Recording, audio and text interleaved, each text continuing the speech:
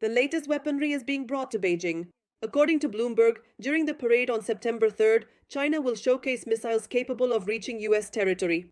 Based on analysis of satellite images, Beijing has prepared to display anti-ship missiles, combat drones, and nuclear-capable ballistic missiles. According to the publication, China is developing hypersonic missiles at maximum speed. These missiles are so fast and maneuverable that modern defense systems cannot intercept them in time. This is one of the main areas of competition between the US, China, and Russia. Meanwhile, several media outlets report that Putin will make a 4-day visit to the People's Republic of China. There, he will participate in the Shanghai Cooperation Organization summit. In June, Yuri Ushakov, an aide to the Russian dictator, reported that Putin's trip to China would last from August 31 to September 3rd. US President Donald Trump spoke about his plans to meet with the leader of China. He stated that he had recently spoken with Xijinping and added that he is considering a trip to China as part of negotiations on trade terms between the two countries.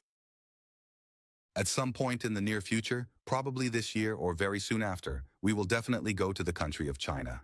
Trump also stated that the US and China will have excellent relations, although he warned that if he wanted to, he could destroy China by playing the incredible cards at his disposal. In April of this year, Donald Trump announced an increase in tariffs on Chinese goods to 145%, which led to retaliatory measures from Beijing. Thus, China raised tariffs on American goods from 34% to 125%. This led to a sharp decline in production in China and a drop in markets due to decreased demand. As a result, the US and China reached an agreement on a 90-day pause on some of the mutual tariffs, which began on May 14, 2025.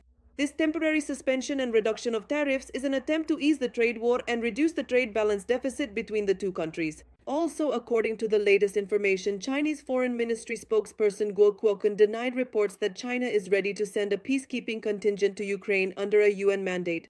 Flamingo and longneptune are a tandem of Ukrainian missiles that pose a real threat to both the near and deep rear of the aggressor country Russia. This was reported by military expert Alexander Kovalenko. Thus, in August, Ukraine presented 2 subsonic cruise missiles at once. First, the Flamingo missile was showcased, and literally right before Independence Day, a modified and improved version of the R-360, longneptune, was presented. These are significant trump cards in the dispute with Russia, which continues to issue ultimatums. As of today, the Flamingo is, by its characteristics, the best subsonic cruise missile in the world. It surpasses not only the Russian Kh-101, Kh-55 Kaliber, and Iskander-K missiles, but also the American Tomahawk. It is superior in terms of target engagement range, warhead mass, and also in several other parameters that none of the critics have mentioned.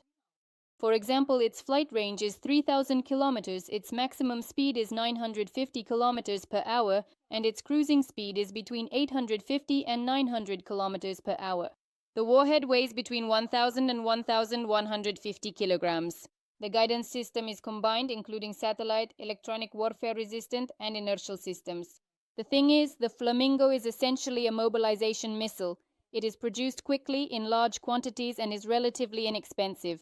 Exactly what is needed in the context of a dynamic and extremely aggressive war of attrition. The second undeniable advantage of the Flamingo is its land-based launch platform. This is a surface-to-surface missile, which makes it difficult to detect an upcoming launch and to track the missile once it has been fired. At the same time, the longneptune is a more versatile weapon, which in the future will be able to pose a threat to the enemy not only from land, but also from sea and air. This missile was originally designed to strike not only surface targets but also land targets, which it demonstrated perfectly in 2023 when it destroyed the Russian S-400 complex at Cape Tarkankut. In recent days, Ukraine has struck 10 Russian oil refineries with drones, disabling about 17% of their capacity. That's more than 1 million barrels of processing per day, according to Reuters. According to the agency, Ukraine carried out a series of massive drone attacks on oil refineries in the Russian Federation, managing to reduce their capacity by almost a fifth within 30 days. Thus, Kyiv may improve its negotiating position in an attempt to end the war. It is noted that Kyiv struck both refineries and Moscow's export infrastructure, demonstrating to Washington its ability to resist. As a result of the attacks, there has been a gasoline shortage in Russia, particularly in the temporarily occupied Crimea, as well as in the south of the Russian Federation and the Far East, where lines have formed at gas stations and drivers are complaining about rising prices and a shortage of A95 gasoline. I came to the gas station to fill up. They say they're out of gasoline. Now they're only giving it out with coupons. What do you mean with coupons? What's going on? Have we gone back to the Soviet Union? Over the past few weeks, Ukraine has struck a number of refineries. The Volgograd Lukoil refinery, Ryazan Rosneft, and plants in the Rostov, Samara, Saratov, and Krasnodar regions have all come under attack. The Novoshakhtinsk refinery burned for a week. That's the situation we woke up to this morning.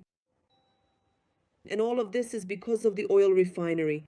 Meanwhile, drones struck the Druzhba oil pipeline in the Bryansk region, as well as the export terminal and the Novatek fuel processing complex in Ust-Luga, Leningrad region. At the beginning of August, there was a raid on the Afipsky refinery in the Krasnodar region of Russia. OSINT believes that the UAVs hit the gas and gas condensate joint processing unit. Russia will face serious consequences if the Russian dictator Vladimir Putin does not agree to meet with Ukrainian President Volodymyr Zelenskyy, said US President Donald Trump. The consequences could be very serious because the war in Ukraine must end. However, the American president did not specify what those consequences might be. Trump also stated that the Russian dictator Vladimir Putin does not want to meet with Ukrainian President Volodymyr Zelenskyy because he doesn't like him. Because he doesn't like him, he doesn't care for him. There are people I don't like. I don't like meeting with them. Trump added that Zelenskyy doesn't like Putin either. As is known, after the summit in Washington, US President Donald Trump suggested that Ukrainian President Volodymyr Zelenskyy and Russian dictator Vladimir Putin hold a bilateral meeting. According to media reports, the Kremlin proposed holding talks in Moscow, but Zelenskyy refused. The White House in turn considered Budapest as an alternative. However, there is no official confirmation of this yet. The president of Ukraine stated that a meeting with Putin should take place only on neutral territory in Europe, for example, in Austria or Switzerland. He also does not rule out the possibility of holding talks in Turkey. At the same time, the Russian Foreign Ministry reported that Putin is allegedly ready to meet with the Ukrainian president only if all issues requiring discussion at the highest level are thoroughly prepared. The Russian Federation also stated that Ukraine and Russia have not yet moved closer to holding a summit at the highest level. A meeting between Zelenskyy and Putin is only possible when both sides agree on the agenda. Meanwhile, the Ukrainian president is convinced that the Russians are doing everything to prevent the meeting from taking place. Meanwhile, Donald Trump stated that the United States is studying the experience of using drones in the war in Ukraine. This is the biggest event in the history of military affairs. This is a completely new form of warfare. This is a drone war, something that has never existed before, and we are studying it. Pete Hegseth and everyone else, we are studying it, and we are studying it very closely. This is a completely new form of war, but it is a brutal war. On August 21st, President Volodymyr Zelenskyy announced that Ukraine had prepared and proposed to the United States a drone agreement worth $50 billion for a period of 5 years. On July 16th, Zelenskyy reported that Trump had informed him of Washington's desire to purchase Ukrainian drones. During Donald Trump's trip to Scotland and his recent public appearances, attention was once again drawn to his right hand, which he constantly tries to conceal with makeup. The 79-year-old president is not hiding his bruises for the first time. According to the White House, they appeared due to the large number of handshakes and his use of aspirin. For example, in February 2025, during the visit of French President Emmanuel Macron to the White House, Trump was seen with a large hematoma on the back of his right hand. In July, during the FIFA Club World Cup final, his swollen ankles drew attention. And they were noticed again during a meeting with Vladimir Putin in Alaska on August 15th. On August 22nd in Washington, during a speech at the People's House exhibition, Trump tried to hide his hand by folding it with his left, but during his address in the Oval Office, the bright layer of makeup was still conspicuous. In July 2025, a medical report confirmed the US president has chronic venous insufficiency, a common condition among older people in which the veins are less effective at circulating blood. The president's doctor noted that the bruises are minor and typical for those who take aspirin as a preventive measure against cardiovascular diseases. Press Secretary Caroline Leavitt has repeatedly assured that Trump remains in excellent health and his dedication to his work is evident every day. As is well known, the press and the public closely monitor the appearance and any changes in the looks of famous figures. For example, at one point, a bruise was noticed on the back of Queen Elizabeth II of the United Kingdom's hand.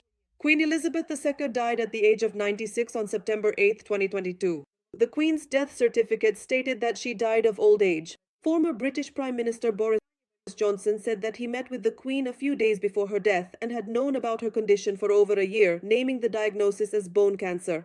Belgium has expressed its readiness to join a peacekeeping mission in Ukraine as soon as a decision on a ceasefire is made. This was stated by Belgian Foreign Minister Maxime Prévost during his visit to Odessa. When a decision on a ceasefire is made, we are ready to participate in international forces with an international mandate. Then I will discuss this with the government and especially with my colleague, the Minister of Defense, to determine exactly what kind of military contribution we can make. But we are ready to join such peacekeeping forces when it becomes necessary. The Belgian foreign minister also stated that the country will deliver F-16 fighter jets to Ukraine next month. Let us recall that the United Kingdom remains ready to consider the possibility of deploying troops to Ukraine in the event of a peace agreement with the aggressor, the Russian Federation. Earlier, Bloomberg reported that about 10 countries have expressed their willingness to send their troops to Ukraine. French President Emmanuel Macron stated that the British, French, Germans, Turks and others are ready to carry out operations not on the front lines, not provocatively, but operations to ensure security in the air, at sea and on land. US President Donald Trump and European leaders have agreed that the head of the US State Department, Marco Rubio, will lead a working group consisting of national security advisors and NATO representatives, which will develop security guarantees for Ukraine. At the same time, the US will not send its own troops to Ukraine, but is ready to provide air support to European countries that have expressed a desire to send their military personnel to Ukraine as a security guarantee.